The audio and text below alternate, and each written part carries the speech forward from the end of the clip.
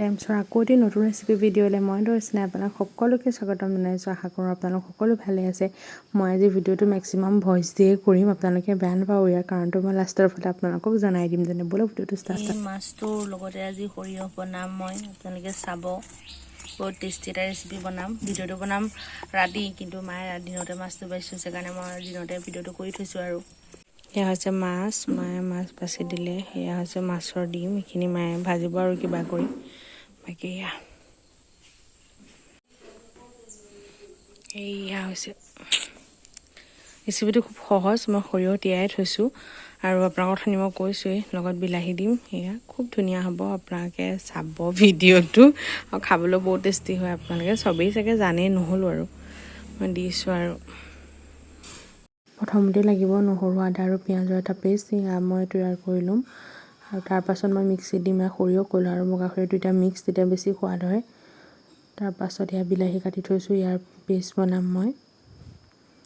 এয়া দেখিছে, মিক্সিত মই সকলোবোৰ এফালৰ পৰা মিক্স বনাই ল'লোঁ। এয়া আদা নহৰু পেষ্ট আৰু এয়া বিলাহীৰ পেষ্ট, এনেকৈয়ে মই বনাই লৈছোঁ। বেলেগ একো মছলা মই তাত ব্যৱহাৰ নকৰোঁ। এয়া ঘৰৰে ধনিয়া মায়ে আনি দিছে, সেইখিনি। তাৰপাছত এয়া মাছ, আপোনালোকক যে মই ৰাতিপুৱা দেখাইছিলোঁ, এয়া ফ্ৰাই কৰি থোৱা আছে, সেয়া মাছ। প্ৰথমেই মই কেৰাহীখনত অকণমান তেল দি লৈছোঁ, বেছি তেল মই ব্যৱহাৰ কৰা নাই। আৰু অকল ঘৰৰ মানুহ 3জনৰ কাৰণে আমি বনাইছোঁ। এয়া আদা নহৰু পেষ্ট এতিয়া মই ইয়াত দি দিম। আৰু আদা নহৰু পেষ্টখিনি ভালকৈ ভাজি ল'ম, যাতে তাৰ কেঁচা কেঁচা যোনটো গোন্ধ, সেই গোন্ধটো আঁতৰ নোহোৱালৈকে অলপমান হেতা পাতে ভালকৈ লৰাই লৈ, আদা দিছোঁ কাৰণে তলত ধৰি যাব, সেইটো কাৰণে মই ইয়াত ভালকৈ এইখিনি ভাজি ল'ম, যাতে সেই আদা নহৰু কেঁচা গোন্ধখিনি গুচি যায়। আৰু এটা কথা আপোনালোকে মন কৰিব, মই এতিয়া ইয়াত হালধি বা নিমখ একো দিয়া নাই, মই পাছতহে এইখিনি দিম। আৰু এতিয়া মই ইয়াত সৰিয়হৰ যোনখিনি পেষ্ট বনাই থোৱা আছিলে, সেইখিনি ইয়াত দি দিম। আৰু এইখিনিও ভালকৈ মই ভাজিম। আপোনালোকে সকলোৱে এনেকৈ বনাইছে, নহ'লেও মই ৰেচিপিটো শ্বেয়াৰ কৰি দিছোঁ, কাৰণ ভাল লাগে এনেকৈ খাই। এতিয়া মই ইয়াত নিমখ আৰু হালধি দি পেলাই এইখিনি ভালকৈ ভাজি লৈছোঁ। এইখিনি ভালকৈ ভাজিব। এই সৰিয়হ আৰু আদা নহৰু এনেকৈ ভজাতে মানে বেছিকৈ টেষ্টটো উঠে তাত। ডাইৰেক্ট ইয়াত বিলাহী দি নিদিব, অলপমান এনেকৈয়ে থৈ পেলাই ঢাকি থ'ব। তাৰ পাছতহে বিলাহীৰ পেষ্টটো মই দিম।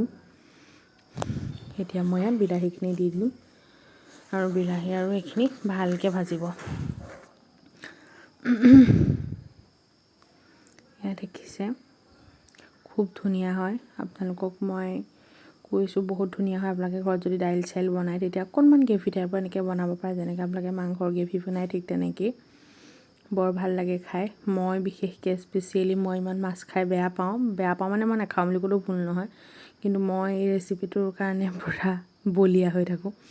ইয়াত দেখিছে, ইয়াত কেঁচা জলকীয়া মই 3টামান ফালি দি দিছোঁ। এতিয়া এইখিনি ভালকৈ উতলাৰ পাছত মই মাছ দিছোঁ। মাছ 4 পিচহে দিছোঁ, বেছি মাছ ইয়াত আমি দিয়া নাই, অকণমান বনাম কাৰণে মাছ 4 পিচে ব্যৱহাৰ কৰিছোঁ, কাৰণ মানুহ আমি 3টা আৰু এপিচ থাকিব। এপিচ যেটাই ৰাতিপুৱা খালে খাব পাৰিব, আৰু সেইটো কাৰণে। এয়া দেখিছে, এয়া অলপমান ইয়াৰ পৰা পানী নিজে নিজে বিৰিঙিব ষ্টাৰ্ট কৰিছে। এতিয়া মই ইয়াত অলপ অলপকৈ পানী দি দিছোঁ।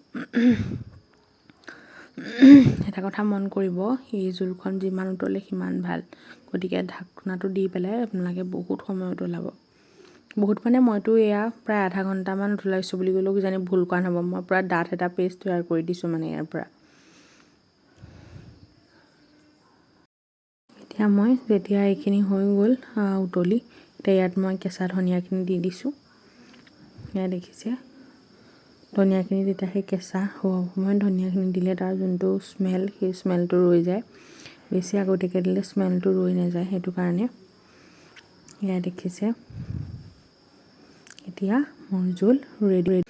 এতিয়া সেই জোল ৰেডি হৈ গ'ল। এতিয়া মই আহিছোঁ যে মই ভইচ ৰেকৰ্ডাৰ কিয় দিছিলোঁ। ভইচ ৰেকৰ্ডাৰ দিছিলোঁ কাৰণ আমাৰ ঘৰত ৰাতি 5টা বজাৰ লগে লগে টিভি লগোৱা ষ্টাৰ্ট হৈ যায়, সেইটো কাৰণে মই মুখেৰে কৈ বনাব পৰা নাছিলোঁ, কাৰণে ভইচ ৰেকৰ্ডাৰ দিলোঁ।